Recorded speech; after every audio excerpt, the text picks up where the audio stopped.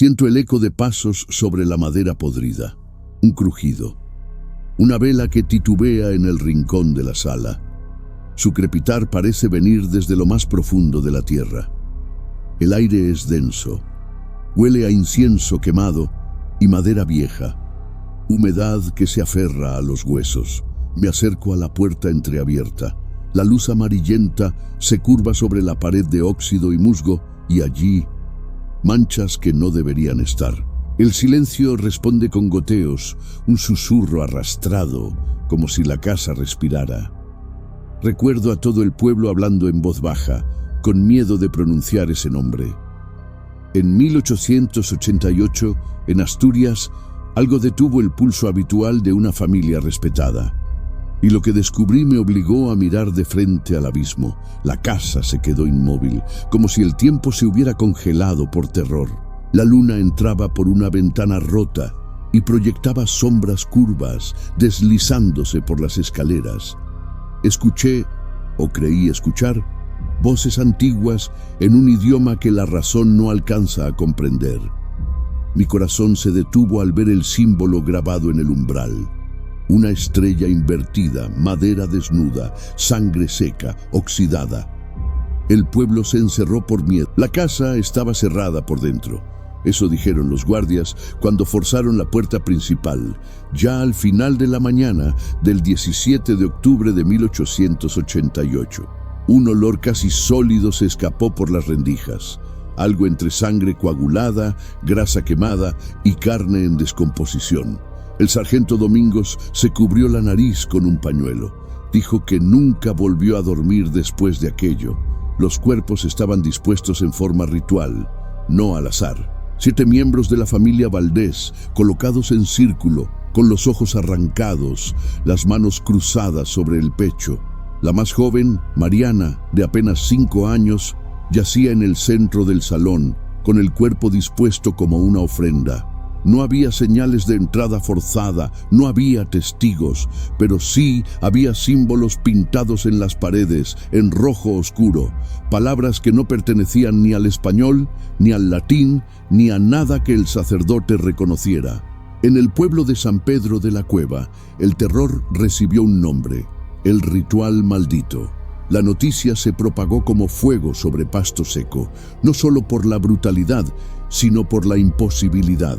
La casa de los Valdés era sólida, cerrada, vigilada desde dentro y protegida por rejas de hierro. La masacre no parecía obra humana, al menos no humana en términos comunes. Aquella mañana, las campanas de la capilla sonaron antes de tiempo. Dicen que fue el propio sacristán, desesperado, quien las tocó. Cuando los cuerpos fueron llevados a la iglesia para el velorio colectivo, el sacerdote se negó a celebrar misa. Alegó presencia impura, y entonces comenzaron los rumores, que la familia fue asesinada por algo invocado, que el ritual no fue crimen, sino sacrificio. Algunos vecinos dijeron haber visto sombras esa madrugada, otros juraron oír gritos ahogados como desde debajo de la tierra, pero nadie tuvo el valor de entrar en la casa hasta el día siguiente. Y cuando entraron, ya era tarde para toda explicación racional. Había marcas en el suelo que no correspondían a pies humanos, 4 dedos, garras, hendiduras profundas en la madera. El padre Bernardino escribió en su diario: «El mal pasó por aquí», y dejó su forma grabada en el suelo. Alrededor de la casa no había huellas ni rastros de carruajes ni animales. Era como si todo hubiera ocurrido de adentro hacia afuera, como si algo hubiera sido gestado en el interior de la casa, hasta el momento en que rompió el silencio. Una vecina, Gertrudis, contó que vio luces rojas danzando por las ventanas durante la madrugada. Pensó que era alguna ceremonia, pero escuchó, insiste aún hoy, voces al unísono, recitando algo imposible de comprender.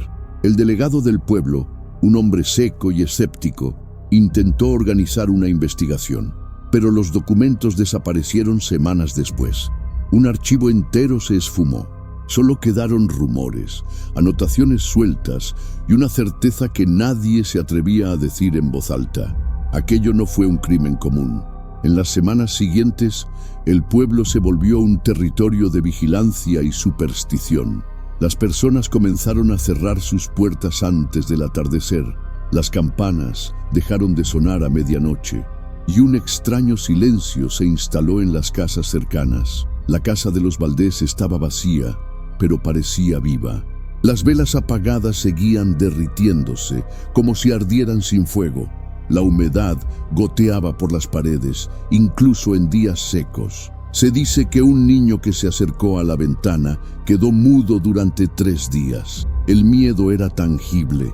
Algunas familias abandonaron el pueblo. Otras fingían que nada había pasado. Pero la verdad era que la noche del 16 de octubre había roto una línea invisible, y lo que fuera que se despertó dentro de esa casa aún parecía estar allí, esperando. Seguí buscando relatos y encontré algo que pocos conocen: un diario escondido en un compartimento secreto en la pared de la casa. Era del señor Anselmo Valdés, patriarca de la familia. Las últimas páginas estaban manchadas, como si hubieran sido escritas con prisa o con las manos temblando. Mencionaba un precio a pagar, un conocimiento antiguo y una promesa hecha ante la tierra y el fuego. Se me encogió el estómago al leer las palabras: si no regresamos, no dejen abrir la puerta.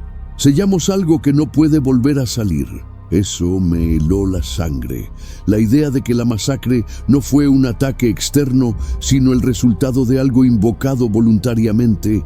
Tal vez no fueron víctimas, tal vez fueron sacerdotes o instrumentos, y aquello que vino cobró su precio.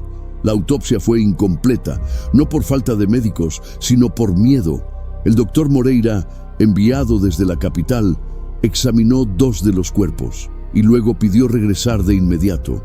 Dijo que los tejidos estaban quemados por dentro, como si un calor violento hubiera estallado desde el interior.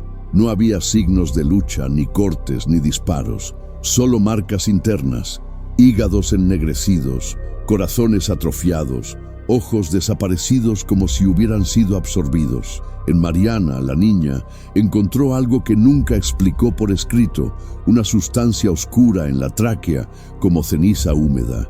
Moreira guardó silencio durante semanas tras su regreso, y nunca más aceptó otro llamado médico. A partir de entonces, los entierros se realizaron apresuradamente, sin velorios abiertos, y la casa fue sellada con tablas, cruces y sal, por orden no de la iglesia, sino de los propios vecinos que juraban haber visto al mal observando tras las ventanas rotas. Los periódicos intentaron tratar el caso como histeria colectiva. Un titular decía: familia muere en ritual, pero la culpa recae sobre el fanatismo. Otro hablaba de envenenamiento. Intentaban racionalizar lo que para nosotros se volvió inexplicable. Pero quienes estuvieron allí, quienes sintieron el aire alrededor de la casa, sabían que no era una tragedia común. Las palabras grabadas en las paredes reaparecían días después, incluso tras haber sido borradas. El símbolo en el umbral, una estrella invertida, parecía surgir de nuevo cada vez que lo raspaban. Un trabajador contratado para cerrar las ventanas desapareció la noche anterior, y el silencio era como una presencia. En todo el pueblo, los animales comenzaron a comportarse de forma extraña. Perros que aullaban mirando hacia la casa, gatos que se negaban a pasar frente a ella. Lo que estuviera allí dentro no se había ido, pero hubo un hombre que decía saber lo que ocurrió. Se llamaba Hilario. Era un ermitaño que vivía en las colinas cercanas y rara vez bajaba al pueblo. Al tercer día tras el hallazgo de los cuerpos, apareció en la puerta de la iglesia. Pedía agua y murmuraba frases, algo como: la semilla creció, él fue llamado, nadie debió leerlo. Cuando el cura intentó interrogarlo, Hilario comenzó a reír. Luego lloró y después escupió sobre el altar y fue expulsado. Al día siguiente encontraron su cuerpo a la orilla del río, con la piel marcada por círculos concéntricos y el rostro mirando al cielo, ojos abiertos como si vieran algo que nadie más podía ver. Quemaron su cabaña. Se dice que el fuego se apagaba y volvía a encender como si respirara. Los habitantes empezaron a evitar no solo la casa de los Valdés, sino todo el lado norte del pueblo. Una niebla extraña comenzó a posarse sobre los tejados al atardecer. No venía del mar ni de las montañas. Era una bruma densa, casi inmóvil, que envolvía solo la manzana donde estaba la casa. Los niños decían ver figuras paradas en la ventana. Los adultos preferían no mirar. Algunos campesinos de aldeas vecinas se negaban a entrar a San Pedro después del anochecer. Uno de ellos, Santiago, afirmó haber visto a alguien dentro de la casa. Describió a un hombre muy alto, de piel oscura como carbón, parado en el centro de la sala, con las manos hacia abajo y la cabeza alzada, como si escuchara algo. Pero la casa estaba vacía, cerrada. Santiago enfermó esa misma noche y murió 2 días después, con la garganta hinchada y las pupilas dilatadas. El médico dijo que fue un derrame cerebral, pero todo el pueblo lo entendió de otro modo. Vio lo que no debía ver. Cuando finalmente el obispo de Oviedo autorizó el cierre oficial de la casa, ya era demasiado tarde. El mal ya se había esparcido, no por otras casas, sino por nosotros. Algo se había roto en el pueblo. Una mirada entre las personas que antes no existía. La desconfianza, la culpa, el miedo constante de que pudiera volver a ocurrir. Y en efecto, comenzaron a pasar otras cosas. Un bebé que nació sin ojos, un campo donde ya nada crecía, la campana de la iglesia que sonaba sola en noches sin viento. La casa de los Valdés fue sellada con piedras y cemento, pero en las noches más silenciosas aún escucho un crujido, un llamado, un nombre que no comprendo. Fue allí donde todo comenzó, y fue allí donde algo del otro lado cruzó. La familia Valdés era sinónimo de tradición en San Pedro de la Cueva. Tenían tierras, ganado, una capilla privada y el respeto de todos los habitantes. El patriarca, Anselmo Valdés, era conocido por su postura firme, sus oraciones diarias y su apoyo económico a la iglesia local. Su esposa, Clara, era discreta, dedicada a la caridad. Juntos criaron a 5 hijos: Tomás, Isidro, Mateo, Lucía y la pequeña Mariana. La casa era imponente, construida con piedra traída de las montañas, madera oscura y ventanas altas. Los domingos, la familia se reunía en la galería para rezar el rosario. No había rumores ni disputas. Al contrario, los Valdés eran vistos como un modelo. Pero esa apariencia de perfección escondía fisuras que pocos notaron a tiempo. Lo que parecía armonía quizás era silencio, y cuando ese silencio se rompió, ya era demasiado tarde. La primera señal de cambio vino con la llegada de un visitante extraño, un hombre que Anselmo recibió sin presentarlo al resto del pueblo. Llegó en un carruaje negro, con cortinas cerradas, y se quedó en la casa durante 3 noches. Nadie lo vio entrar ni salir, pero tras su partida, algo cambió en el semblante de los Valdés. El patriarca comenzó a aislarse, pasaba horas en el desván. Clara dejó de asistir a misa. Los hijos ya no jugaban en el patio. El jardinero dijo haber visto, una noche, al señor Anselmo enterrando algo en el jardín, solo, bajo la lluvia, con las manos desnudas. Cuando le preguntaron, solo sonrió. El sacerdote fue a la casa días después y volvió pálido, sin decir una sola palabra. Era como si los Valdés hubieran entrado en una sombra invisible de la que no deseaban o no podían salir. También estaban los susurros sobre los libros, pilas de volúmenes antiguos, escritos en lenguas que nadie sabía nombrar. Según contó una sirvienta, el señor Valdés recibía paquetes enviados desde Francia y Portugal, entregas hechas siempre de noche, con instrucciones estrictas de que nadie más las tocara. Las estanterías del despacho, antes ocupadas por Biblias y enciclopedias, fueron reemplazadas por grimorios, cartas astrológicas, velas negras. El reloj de la casa, que marcaba las horas con un golpe solemne, empezó a sonar a medianoche con un ritmo irregular, como si se atragantara. Y en la cocina, la luz de las lámparas temblaba sin que hubiera viento. Los niños comenzaron a tener pesadillas. Mariana gritaba dormida.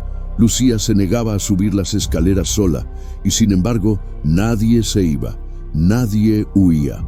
Un tío lejano, don Eloy, vino desde Gijón a visitar a los Valdés. Fue recibido por Clara en la puerta, con la mirada baja y el habla confusa. Durante los 3 días que permaneció en la casa, dicen que no salió del cuarto ni una sola vez. Al regresar a la ciudad, don Eloy no habló sobre la visita, pero mandó celebrar 7 misas por el alma de Anselmo, que aún estaba vivo. Un gesto que heló la sangre de quienes lo supieron. Comenzó a hablarse entonces de maldición, que la familia había hecho un pacto, que habían cambiado fe por poder, o protección, o conocimiento. Historias vagas circulaban entre los campesinos, pero nadie se atrevía a repetirlas en voz alta. El pueblo empezó a evitar a los Valdés, y los Valdés, en silencio, parecían aceptar su exilio voluntario, hasta el día en que todo explotó en sangre. Lo curioso es que, hasta el final, los Valdés mantenían cierta apariencia de normalidad. La casa seguía limpia, los jardines cuidados, el portón recién pintado en cada estación, pero había algo en sus ojos, un vacío sin brillo, como si el alma se hubiera replegado hacia adentro, encerrada en un lugar sin regreso. Isidro, el segundo hijo, fue visto un día hablando solo frente al espejo del salón. Lucía, al cruzar la calle, pasó junto a una vecina y le dijo: «No mires hacia arriba». Nadie entendió, pero esa noche una teja cayó del tejado y casi mató a la misma vecina. Pequeñas señales, pequeñas grietas, que solo cobrarían sentido mucho después, o quizás nunca. La verdad es que la normalidad de los Valdés parecía una máscara, y como toda máscara, un día se cayó. Aún recuerdo la sensación de entrar en aquella casa semanas después de la masacre. El ambiente estaba intacto, nada fuera de lugar. La mesa puesta, las sillas alineadas, una taza de té aún en la porcelana, reseca. Era como si el tiempo se hubiera detenido en el instante exacto en que todo ocurrió. Pero también había una presencia, un peso en el aire, como si los objetos respiraran, como si la casa supiera que yo estaba allí. Los retratos en las paredes parecían observar, y en el cuarto de Mariana encontré algo que todavía hoy me atormenta. Un dibujo hecho con carbón, representando un círculo con figuras humanas alrededor de una criatura sin rostro, con cuernos y los brazos abiertos. La firma era de ella, Mariana, 5 años. ¿Cómo puede una niña imaginar algo así? ¿O lo vio? Recuerdo el día en que el cura decidió visitar la casa una última vez. Llevaba crucifijo, agua bendita y un miedo visible en los ojos. Dijo que quería liberar lo que quedaba. Rezó en cada habitación, leyó pasajes del Apocalipsis, pero en el sótano se detuvo. Cayó de rodillas y lloró. Al salir, dijo simplemente: «Ya no es nuestra». Nunca explicó, nunca volvió, y comenzó a dormir en la sacristía, con velas encendidas cada noche. El pueblo nunca más vio a ese hombre sonreír. Dicen que pasó sus últimos meses de vida escribiendo un solo salmo una y otra vez, como si intentara borrar algo de la memoria. Una frase que garabateaba con obsesión: «No invoquen el nombre que duerme». Desde entonces quedó claro que los Valdés no eran solo víctimas de algo externo, eran parte, eran canal. Tal vez creyeron que podrían dominar fuerzas antiguas, hacer pactos seguros. Pero no hay pacto con lo que no entiende lo humano. Lo que fue llamado, respondió, y cobró. Anselmo Valdés fue un hombre que quiso ver más allá del velo, y vio. ¿A qué precio? No lo sabremos. Tal vez, en su mente, creyó que protegía a la familia, que solo él podía conducir el ritual, pero abrió una puerta, y lo que entró no se fue. Los cuerpos fueron enterrados, la casa sellada, pero los nombres, los símbolos, los ojos, Todo permanece allí dentro, como si aún observaran. Hoy, al mirar hacia la colina donde se alza la casa, veo lo que quedó de la sombra de la familia Valdés. Una memoria detenida en el tiempo, una advertencia. Fueron amados, temidos, luego borrados, pero no olvidados. Las leyendas insisten en revivir sus nombres. Los niños aún juegan a Valdés no puede salir, corriendo en círculos, como un reflejo inconsciente del ritual. Y yo me pregunto, ¿la semilla plantada allí murió con ellos? ¿O solo espera otra voz, otro llamado para crecer de nuevo? No hay respuesta. Pero sé que, cuando el viento sopla desde el norte, arrastra un nombre apagado, como un eco, un nombre que todos reconocemos, incluso sin haberlo aprendido jamás. Nadie sabe con certeza cuándo comenzaron los rumores. Algunos dicen que fue tras la llegada del visitante misterioso.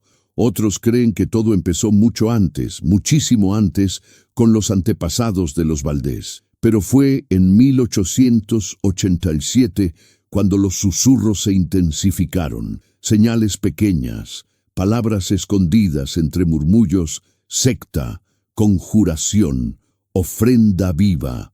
Una lavandera dijo haber visto a Clara Valdés rezando junto al río, con los ojos cerrados y los pies descalzos, como en trance.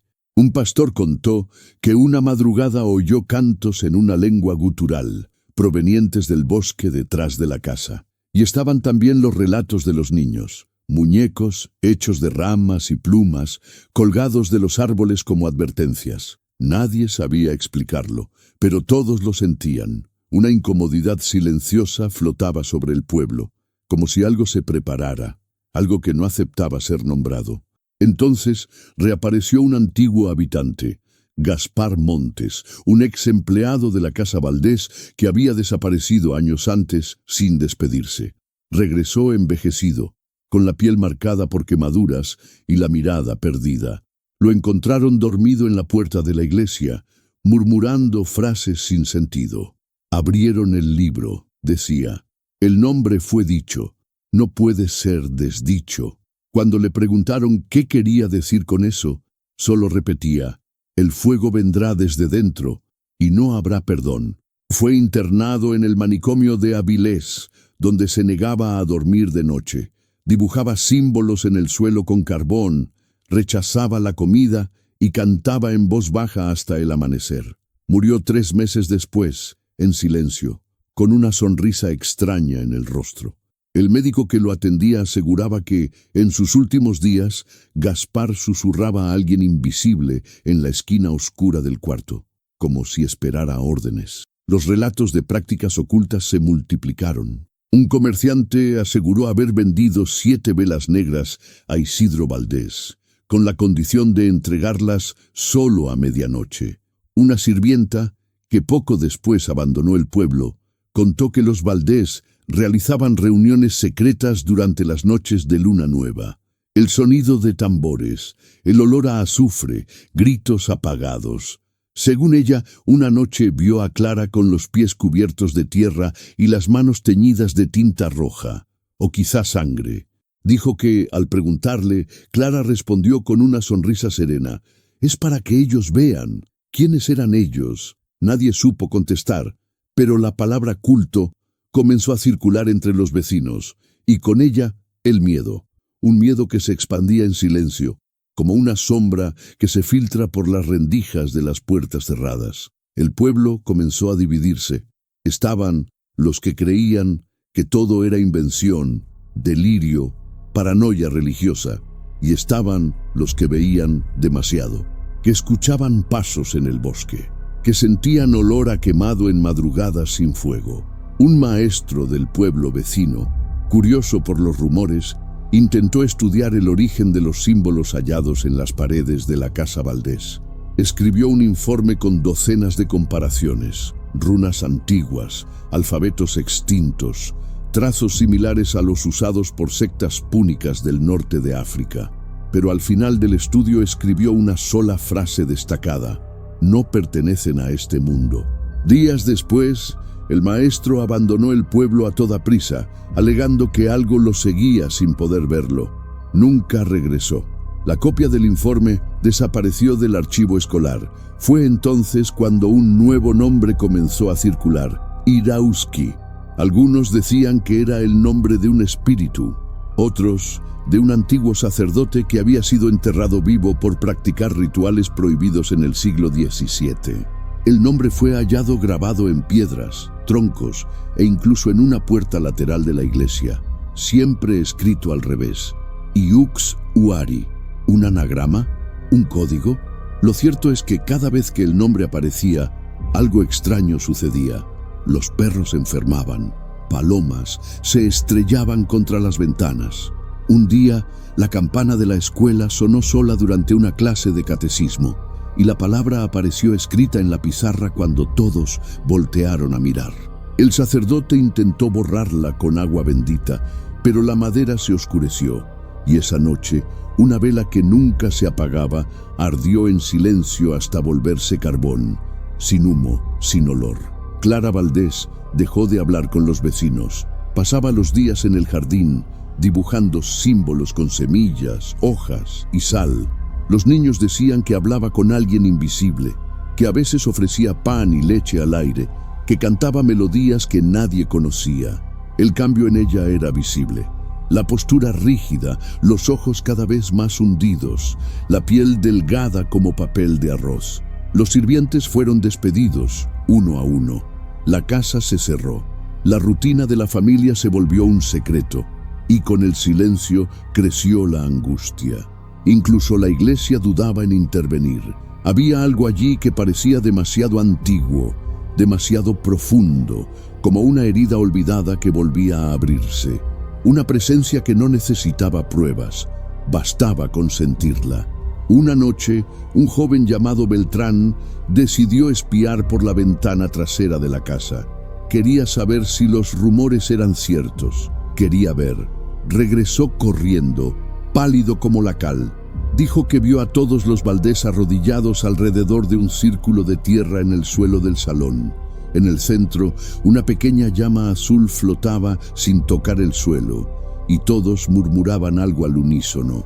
Dijo que Clara levantó el rostro hacia él, y sus ojos eran completamente negros. Al día siguiente, Beltrán huyó del pueblo. Envió una carta a su madre diciendo: «Han abierto algo, y no es de aquí». La carta fue quemada por orden del cura, pero antes de desaparecer, una monja copió un fragmento en su diario. La voz que hablaba no venía de la boca, era como si estuviera dentro de mi cabeza. Los sueños comenzaron a cambiar. Muchos habitantes empezaron a relatar pesadillas con la casa, sueños donde eran llamados por nombres desconocidos, donde veían figuras altas, encapuchadas, rodeando un pozo sin fondo, donde sentían que los pies ardían al pisar símbolos grabados en el suelo. Los niños comenzaron a despertarse llorando, señalando los rincones oscuros de los cuartos. Incluso el comisario del pueblo confesó haber soñado que caminaba hacia la casa de los Valdés sin querer, con las piernas moviéndose solas, y al llegar, la puerta se abría por sí sola. Decía que despertaba sudando, con el sonido de susurros que persistía durante minutos, incluso a plena luz del día. Era como si el pacto, si es que existía, ya no fuera solo de ellos, sino que se estuviera extendiendo por las grietas de la razón. Un viejo libro hallado en el convento de Cangas del Narcea tal vez ofrecía la única pista concreta.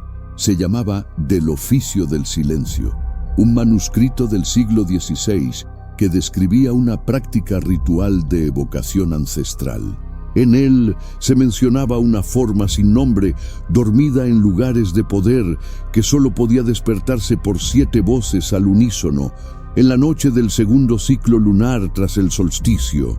El ritual exigía un círculo, palabras prohibidas y la ofrenda de sangre inocente. Las similitudes con el caso de los Valdés eran inquietantes. Cuando el manuscrito fue mostrado al obispo de Oviedo, ordenó que fuera sellado y retirado del convento. Pero una copia, dicen, quedó escondida entre los escombros de la antigua biblioteca, y los símbolos eran idénticos a los hallados en las paredes de la casa. Y entonces llegó la noche del 16 de octubre, la última. El cielo estaba despejado, la luna casi llena y la casa de los Valdés en completo silencio. Pero en el pueblo casi nadie dormía.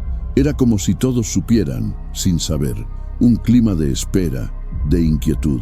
Los perros ladraban a la nada, las puertas crujían solas, y a la medianoche exacta, la campana de la iglesia sonó una sola vez, sin que nadie la tocara. En el instante siguiente, una ráfaga de viento procedente del norte sopló entre las casas y los faroles se apagaron. En la oscuridad, algunos oyeron una risa grave, lejana, otros un llanto, pero la mayoría no oyó nada, solo sintió. Y lo que sintieron fue lo mismo, algo levantándose, algo viejo, hambriento, y la certeza terrible de que el pacto, fuera lo que fuera, había sido aceptado. Todo comenzó con un sonido seco, como si una madera se partiera por dentro. El pueblo dormía con inquietud cuando un crujido profundo retumbó desde las colinas.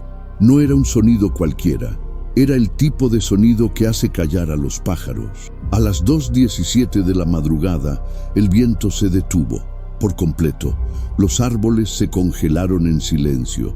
Las campanas de la capilla quedaron inmóviles, incluso cuando un leve temblor, sutil, casi imperceptible, recorrió el suelo bajo las casas. Una vecina, despierta para amamantar a su hijo, dijo haber visto una luz azulada latiendo dentro de la casa de los Valdés, como un corazón. Después de eso, oscuridad total, sin estrellas, sin luna.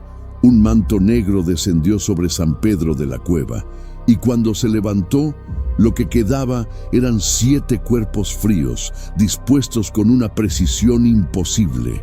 La puerta principal estaba cerrada por dentro, ninguna ventana rota, ninguna señal de entrada forzada, pero la sangre estaba por todas partes. En el techo, en las cortinas, entre las rendijas del suelo, y no corría, había estallado, como si algo hubiese explotado desde dentro de los cuerpos. Mariana, la niña, fue hallada en el centro del salón principal, rodeada por un círculo de sal y carbón. A su alrededor, 6 sillas volcadas, como si sus ocupantes se hubieran levantado de golpe o desaparecido en medio del ritual. Las manos de Clara estaban quemadas, la piel abierta, pero sostenían con fuerza un objeto que nadie identificó de inmediato, un collar de hueso, con pequeños grabados que parecían ojos y llamas. Los ojos de los cuerpos estaban vacíos, no arrancados, simplemente ausentes, como si nunca hubieran existido. En el altar improvisado del salón hallaron restos de pergaminos quemados, lenguas desconocidas, pero con anotaciones en los márgenes, palabras escritas en latín, hebreo y algo parecido al gallego arcaico. Las páginas estaban rasgadas, pero una frase se podía leer con claridad: Et verbum factum est caro, sed non humana. Y la palabra se hizo carne, pero no humana. Sea lo que fuere que se invocó esa noche, pareció cobrar su precio en carne, sangre y silencio. Ningún vecino oyó gritos, ninguna súplica, solo el crujido de las velas en algún momento de la madrugada. Cuando salió el sol, un cuervo estaba posado sobre la cruz de la capilla, inmóvil, con los ojos fijos en la casa de los Valdés. No voló, ni siquiera cuando intentaron espantarlo. Permaneció allí 3 días, hasta pudrirse de pie. En la cocina había un cuenco con sangre coagulada, y al lado un libro abierto en la página de un ritual de transmutación espiritual. Los nombres de los 7 miembros de la familia estaban escritos con carbón junto a palabras ilegibles. Encima del fregadero, alguien había escrito en la pared: Él está aquí, nosotros solo somos ojos. Y eso era lo que los cuerpos parecían, ojos sin rostro, testigos de algo que trasciende la comprensión. Un crucifijo había sido clavado al revés en el cuarto de Isidro.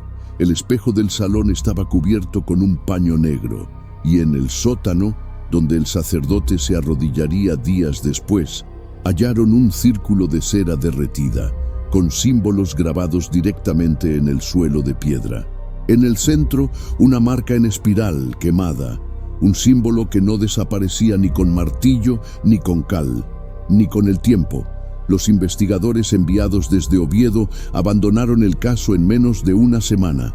El informe oficial alegaba psicosis colectiva, seguida de ritual herético con posible uso de alucinógenos. Pero los rostros de los agentes decían otra cosa.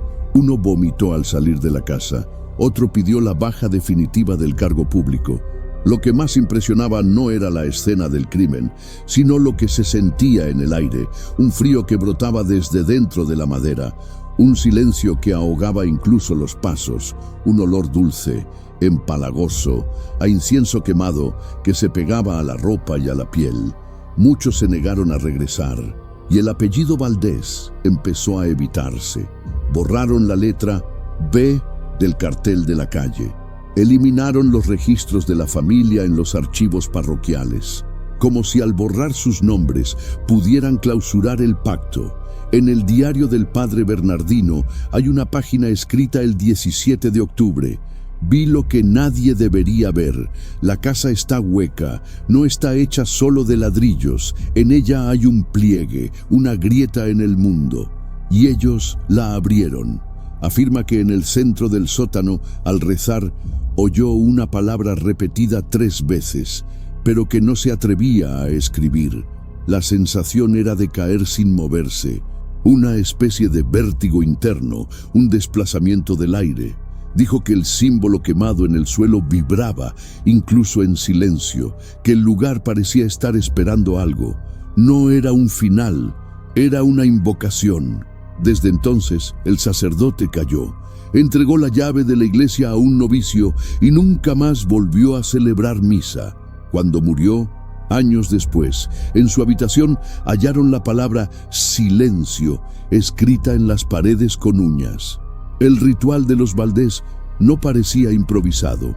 Las velas estaban dispuestas con una precisión geométrica, los objetos ordenados con una simetría casi obsesiva. El libro hallado tenía marcas antiguas, como si hubiera pasado de generación en generación. La tinta de las palabras no era moderna, era sangre, y no sangre humana. Según los especialistas, los rastros tenían una composición inusual: hierro, azufre y algo aún no identificado. La ofrenda en el centro del círculo, Mariana, parecía dormida, sin signos visibles de violencia, pero con las manos atadas por cintas empapadas en cera caliente. La sensación era de una ceremonia interrumpida o consumada. Nadie pudo decirlo, pero había una ausencia evidente, no había sombras. Dentro de la casa, incluso con luz, todo parecía plano, sin reflejo, sin profundidad. En los archivos de la diócesis, un documento antiguo menciona un evento similar ocurrido en 1613, en un pueblo ya desaparecido cercano a la zona. Una familia desapareció por completo. El lugar fue quemado, los registros sellados, pero una sola frase aparece al pie del documento. La marca se repite, siempre con 7, siempre en espiral. Esa frase fue copiada y dejada en la sacristía de San Pedro tras la masacre de los Valdés. Nadie sabe quién la escribió, pero quienes la leyeron no la olvidaron. La espiral empezó a aparecer en los muros del pueblo, dibujada con carbón, marcada con sangre animal, grabada en la puerta de la escuela. Era como si la casa se hubiera convertido en un epicentro, no de un crimen, sino de un portal. Y lo que cruzó no solo fue visto, fue sentido por todos. El pueblo intentó seguir adelante, entierros cerrados, misas breves, un silencio colectivo, casi ceremonial. Pero el recuerdo de esa noche quedó en el aire, como polvo. Nacieron niños con ojos inquietos, los sueños se volvieron más densos y la casa, incluso sellada, parecía respirar. Dicen que, al pasar frente a ella, el corazón se aceleraba, que las ventanas, aunque tapadas, parecían mirar de vuelta. Un mendigo que durmió cerca del portón despertó con marcas en forma de espiral en los brazos. Y en los inviernos siguientes, La tierra de la colina se congelaba antes que en cualquier otra parte del pueblo, como si algo bajo la tierra aún palpitara. Aún hoy, al cerrar los ojos, puedo ver el círculo, la vela, la mirada vacía de Mariana y algo que estaba detrás de ella. No puedo describirlo, solo sé que desde aquella noche nunca volví a ser el mismo. El juicio nunca ocurrió, al menos no como actúa normalmente la justicia. Cuando se hallaron los cuerpos y llegaron los investigadores, ya no quedaban culpables vivos, y aún así el pueblo pedía respuestas, exigía culpables. Pero lo que se presentó fue un vacío, y ese vacío pesaba más que cualquier crimen. El comisario Ramírez intentó iniciar una investigación formal, pero cada vez que se acercaba a la casa, sufría vértigos, dolores de cabeza y una sensación sofocante, como si el aire allí se volviera más espeso. Los documentos que logró reunir desaparecieron del archivo a los 3 días. Fueron quemados, robados, nadie lo sabe. Solo se esfumaron. Lo que quedó fue el silencio. Y en ese silencio nacieron versiones, todas más extrañas que la anterior. La versión de la iglesia era simple y terrible: herejía. El padre Bernardino, aún temblando, afirmó que la familia Valdés se había apartado de la fe y se había entregado a fuerzas oscuras. En su sermón posterior a la masacre, dijo que el cuerpo puede purificarse, pero el alma, cuando se corrompe por elección, arrastra todo consigo. No mencionó nombres, no dio detalles, pero todos sabían. El aire en la capilla se volvió más denso aquel día. Varias mujeres se desmayaron durante la misa y una vela cayó sola del altar, esparciendo cera caliente por el suelo como un río lento. Desde entonces, la iglesia se retiró. No envió representantes, no celebró misas por los muertos. La capilla fue cerrada durante una semana, como si incluso ella tuviera miedo de ser contaminada por lo que había salido de aquella casa. La justicia civil intentó mantener el orden. Llegó un juez desde la capital, interrogó a los vecinos, reunió relatos, estudió los restos. Pero tras una semana, escribió una sola frase en su diario de viaje: «Nada aquí responde a las leyes humanas», y se marchó. El pueblo entonces quedó entregado a sí mismo, y el miedo se convirtió en instrumento de juicio. El pueblo comenzó a señalar. Personas que habían trabajado para los Valdés fueron aisladas. A la sirvienta que hablaba sola le arrojaron piedras. Al jardinero, que llevaba símbolos de protección al cuello, lo encontraron muerto en el campo, con la lengua arrancada. Decían que él sabía, decían que ayudó, pero nadie probó nada y nadie quiso probarlo. El miedo no necesita pruebas, solo necesita espacio. Y allí tenía raíces profundas. Otras familias empezaron a ser vigiladas. Bastaba una vela encendida por la noche, un libro raro, una mirada extraña, y el susurro nacía. Es como los Valdés, va a pasar otra vez. El pueblo comenzó a moverse en círculos. La gente murmuraba, rezaba, se persignaba por cualquier cosa.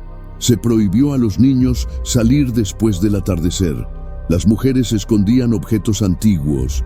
Los hombres se reunían en grupos para vigilar las calles, aunque jamás volvió a pasar nada fuera de aquella casa. Era como si el mal no estuviera solo allí, sino que hubiese dejado una huella, una forma invisible que podía encajar en cualquier hogar, en cualquier persona. Y esa incertidumbre era peor que la tragedia, porque ante la tragedia hay duelo, pero ante el miedo solo hay espera. Hubo quienes propusieron incendiar la casa, arrasarla, dejar que las cenizas sellaran lo que quedaba, pero el cura, curiosamente, se opuso. Dijo que lo que se selló con sangre solo puede sellarse con silencio. Esa frase fue interpretada de distintas formas. Algunos la vieron como advertencia, otros como amenaza, pero nadie se atrevió a contradecirlo. La casa fue sellada. Se colocaron piedras en puertas y ventanas. Se esparció sal alrededor de la estructura. Se plantó un círculo de cipreses en torno a ella. Y así quedó, intacta, intocable, pero viva, porque aunque ya no había rituales, había memoria. Y la memoria del pueblo era más fuerte que el cemento. El miedo ya no vivía solo en la casa. Comenzaba a habitar dentro de cada persona. Durante los meses siguientes, una serie de sucesos extraños rompió lo que quedaba de normalidad. La maestra del colegio comenzó a perder la vista, pero solo del ojo izquierdo. Dijo que al leer en voz alta veía símbolos sobre las palabras. Un cartero olvidó su propio nombre y fue hallado caminando sin rumbo por la carretera. Un bebé nació sin sombra. La campana de la iglesia sonó 3 veces en una madrugada clara y nadie se atrevió a ir a mirar. Las oraciones cambiaron de tono. Ya no se pedía protección, se pedía olvido, como si la única forma de seguir fuera fingir que nada pasó. Pero el fingimiento es frágil y basta un viento del norte para que todo vuelva. El comisario Ramírez, antes escéptico, comenzó a beber. Decía que oía pasos en el pórtico de la casa, incluso desde lejos, que a veces veía figuras en la colina. Escribió un informe final con solo 2 palabras: nadie entró, lo que era una constatación obvia, pero también quizás la única verdad posible, porque nadie entró. Y aún así, todos murieron. Lo que ocurrió allí pareció ignorar las leyes de la materia, de la razón, de la fe. Era como si el espacio se hubiera doblado, la realidad perforado, como si la casa ya no estuviera en el pueblo, o el pueblo dentro de ella. Esa idea de que el lugar había sido transformado desde adentro invadía los sueños de muchos. Y al despertar, no sabían si aún estaban en San Pedro o en un reflejo de ella. En algún momento, los nombres de los Valdés dejaron de pronunciarse, no por censura, sino por instinto. La gente comenzó a llamarlos los de la Casa Alta o los del silencio. Hasta hoy, los ancianos no hablan directamente de la familia, dicen simplemente en aquel tiempo. Y el tiempo, por sí solo, pareció torcerse. Los años pasaron, pero la colina siguió igual. Las plantas alrededor de la casa crecían torcidas. La hierba se secaba demasiado rápido. El aire allí era más frío y nadie vivía cerca. El pueblo se encogió. La plaza fue trasladada. La escuela cambió de edificio. Todo se alejaba, como si el espacio mismo reaccionara al trauma, como si la tierra quisiera olvidar. El último día de octubre de 1890 se realizó una procesión sin motivo oficial. Velas, cruces, silencio. No hubo fiesta ni misa, solo caminata. Y todos sabían por qué estaban allí.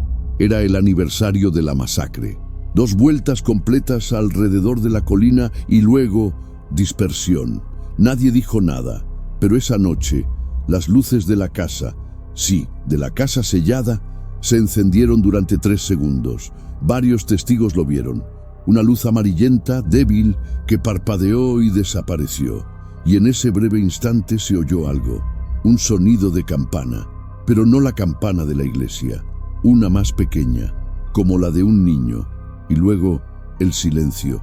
Y ese silencio aún persiste, como un juicio suspendido. Un veredicto que nunca llegó. Aún hoy, nadie se acerca a la casa de los Valdés sin sentir algo extraño. El tiempo no pasa allí de la misma forma. Los cipreses plantados en círculo no crecen, pero tampoco mueren. La cerca, oxidada por los años, sigue firme, y las ventanas, tapadas con tablas desde hace más de un siglo, parecen ocultar algo detrás. Los más ancianos dicen que en ciertas noches se oyen cánticos bajos, como rezos o lamentos, provenientes de la colina. Los jóvenes que, por desafío, suben hasta allí, regresan mudos, pálidos o llorando. Uno de ellos, de apenas 14 años, encaneció tras tocar el picaporte de la puerta. Nunca contó lo que vio. Nunca volvió a sonreír. La casa parece dormida, pero respira, y lo que sueña, nadie se atreve a descubrirlo. Hay historias que los más viejos solo cuentan cuando el fuego de la chimenea está por apagarse.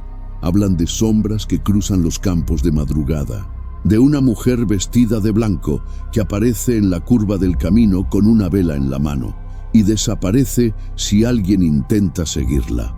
Un agricultor jura haber visto el rostro de Mariana reflejado en el agua de su pozo, mirando hacia arriba como si estuviera sumergida. Otra mujer, costurera, asegura que recibió un encargo para bordar 7 nombres en una mortaja, pero la clienta desapareció sin pagar.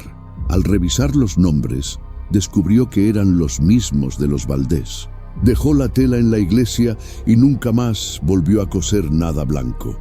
En San Pedro de la Cueva nadie llama a estas cosas fantasmas. Son recuerdos, recuerdos vivos. Algunas leyendas hablan de un libro que habría sobrevivido. Un grimorio guardado en algún sótano del pueblo, escrito en una lengua que solo puede leerse en estado de trance. Dicen que quien lo encuentra sueña con símbolos en espiral, puertas que se abren a bosques infinitos y sonrisas sin rostro. Un joven que desapareció en 1912 habría hallado ese libro. Su cuarto fue encontrado intacto, con las velas apagadas y una espiral dibujada en el suelo, hecha con sal y cenizas. Desde entonces, su nombre nunca más fue pronunciado. La familia se mudó y la casa fue demolida. En ese terreno, hasta hoy, nada crece. Como si la tierra cargara la memoria de una invitación rechazada o aceptada, y todos sienten que hay algo esperando ser despertado. Otros relatos hablan de la hora girada, un momento exacto entre las 2:16 y las 2:17 de la madrugada, cuando el aire en la colina cambia. La temperatura cae, los perros gimen, la leche se corta, relojes antiguos funcionan por 1 minuto y luego se detienen otra vez. En ese intervalo dicen que se pueden oír los nombres de los Valdés susurrados por el viento, como una oración invertida, como un eco de algo que aún palpita bajo tierra. Algunos religiosos afirman que se trata de una grieta espiritual, un punto donde el tejido de la realidad fue rasgado. Otros simplemente se persignan y evitan el tema, pero todos conocen la hora, y todos evitan encender una vela durante ese tiempo. La luz atrae, la oscuridad guarda, pero la colina observa. Una de las leyendas más antiguas dice que la casa nunca fue construida, que apareció, que surgió una noche de tormenta y que los Valdés ya estaban dentro.